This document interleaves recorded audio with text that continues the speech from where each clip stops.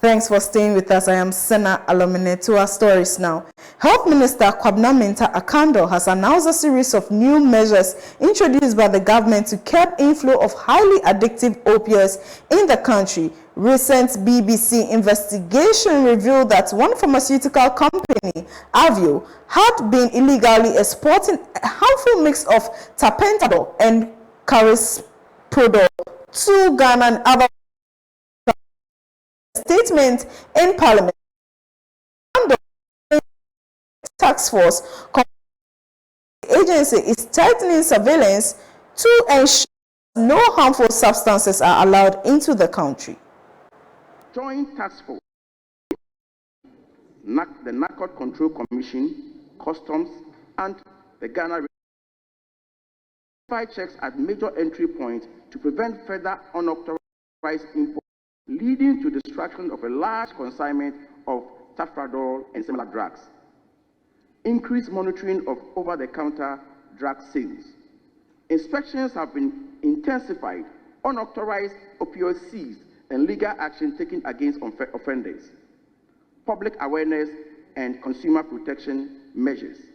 A national education campaign has been launched to warn the public about the dangers of illicit opioid use and encourage responsible medication practices. Next steps, strengthen regulatory oversight and enforcement. Mr. Speaker, while these immediate actions have helped to contain the situation, more needs to be done to permanently shut down the supply of illicit opioids into Ghana. We have noted the following challenges that impedes the effective response, which requires urgent attention. Unmanned borders allow for the illegal movement of opioids into Ghana. Limited inspection capacity for transit goods destined to other countries enables unregistered drugs to leak into the Ghanaian market.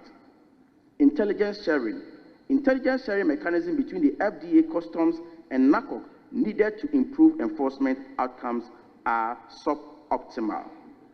Mr. Speaker, the Ministry of Health will therefore collaborate with the relevant bodies on the following initiatives: strengthening market surveillance and compliance monitoring, strengthening import controls and licensing, enhancing law enforcement and interagency collaboration, strengthening international cooperation, need for interagency response.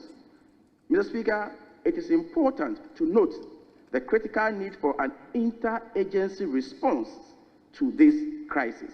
The FDA works closely with multiple government and security agencies to enhance enforcement, intelligence sharing, and regulatory compliance. Moving on, President John Dramani Mahama has expressed confidence in the new governor of the Bank of Ghana, Dr. Johnson Pandit Kwesi Esiama. Dr. Esiama to transform the fortunes of the central bank. At a swearing-in at the Jubilee House, the president says he is confident that new governor will rebuild trust in the institution, restore stability, and put Ghana's economy back on the path of sustainable growth. Ghana's financial sector is in crisis, and the task ahead demands experience, foresight, and decisive leadership. With Dr. Esiama heading the Bank of Ghana, I am confident that we will rebuild trust in the institution, will restore stability, and put our economy back on a path of sustained growth. I entrust him with this responsibility, knowing that he will serve with diligence and excellence. Dr. Mumuni's appointment is a recognition of his exceptional expertise and distinguished service in banking, financial markets, and economic policy. He also has over 2 decades of experience at the Bank of Ghana, playing vital roles in shaping monetary policy and strengthening financial stability. His academic credentials include a PhD from the University of Nottingham and a Master of Philosophy from the University of Ghana, and reflect his deep understanding of the complexities of our economy. As First Deputy Governor, he'll be a key pillar in supporting Governor Esiama to implement sound policies, reinforce regulatory oversight, and navigate the difficult challenges ahead of us. His experience and analytical rigor will be crucial in ensuring that the bank remains steadfast in its mandate to maintain price stability, safeguard the financial sector, and drive sustainable growth. Together, Dr. Siama and Dr. Mumini bring the leadership, expertise, and vision needed to restore confidence in our economy. To you, Governor and Deputy Governor, in discharging your mandate, you must go beyond mere technical considerations and act in full recognition that every statistic, every movement on a chart, and every shift in an index is more than just data. It is a pulse of an economy, it is a measure of resilience or distress, and it has a direct impact on our people. A dip in confidence indices may signal business on a brink, evolving market conditions, or changing household prospects.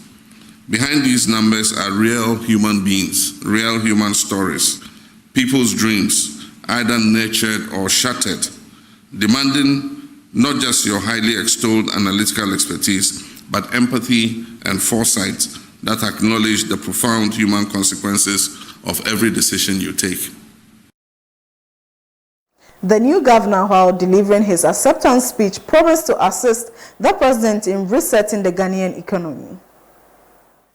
Under the leadership of His Excellency the President, Ghana is embarking on an economic reset. This reset is about stabilizing the macroeconomy and addressing key issues such as high inflation, persistent fiscal deficits, and excessive debt levels. Achieving this stability will require monetary and exchange rate policy reforms, fiscal austerity measures, and debt restructuring to reduce fiscal risks and create a stable economic environment.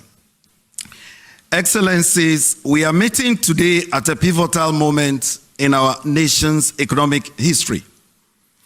The challenges before us require decisive leadership and prudent macroeconomic policies to reset the economy. Indeed, the Bank of Ghana is a key institution in this agenda to reset the economy and must remain steadfast in its mission to maintain price stability, ensure a sound financial system, and support economic growth. We will engage constructively with government and other key stakeholders to always ensure alignment between monetary, fiscal, and other policies. Excellencies, my sixth and the last priority area is the need to reverse the Bank of Ghana's negative equity position or the losses that have been incurred in recent years, all to maintain financial stability, to maintain credibility of the institution, and to restore public trust. In this vein, we will seek to re-examine the bank's non-core operations, and I must say that some of these have started already in the last 2 weeks, where savings could be made. We shall adopt several austere measures to help reduce the bank's operational costs and achieve cost efficiency. You're still watching Marego News at 6. We'll be back with business and entertainment shortly.